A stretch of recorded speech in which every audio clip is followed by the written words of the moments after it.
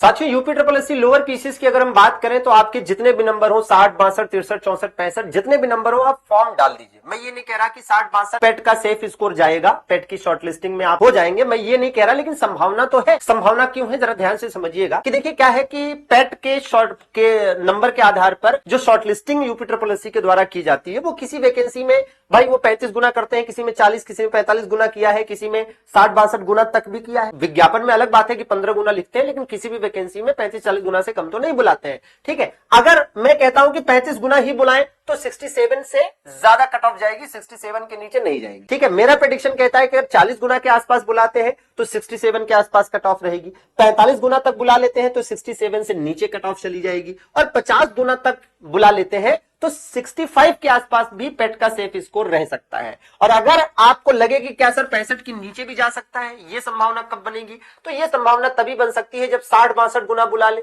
जैसा कि एक दो वैकेंसीज में बुलाया है, या फिर ये हो जाए कि UP triple SC lower pieces की जिन वैकेंसीज को इन्होंने इसमें नहीं रखा है वो रख दे, जैसे सप्लाई इंस्पेक्टर के पद खाली हैं, ठीक है, और आपके मार्केटिंग इंस्पेक्टर के पद खाली हैं, और भी कई पद खाली हैं। अगर ये पद इसमें जुड़ जाए और वैकेंसी की संख्या बढ़ जाए, अलग अलग स्तर से प्रयास चल रहा है इसके लिए, अगर ऐसा हो जाता है तो फिर 65 के नीचे वालों को भी मौका मिल जाएगा। इसलिए कह रहा हूं कि आपके जो भी 60, 62, 63, 64 है आप फॉर्म भर दीजिए, उससे ज्यादा है तो फिर तो आपकी संभावना प्रबल हो रही है और आप दावेदार हैं भैया। ठीक है, जुड़े रहिए यूपी संगम के साथ अपनी यूपी ट्रिपल एससी की शानदार जबरदस्त तैयारी के लिए। आभार, धन्यवाद।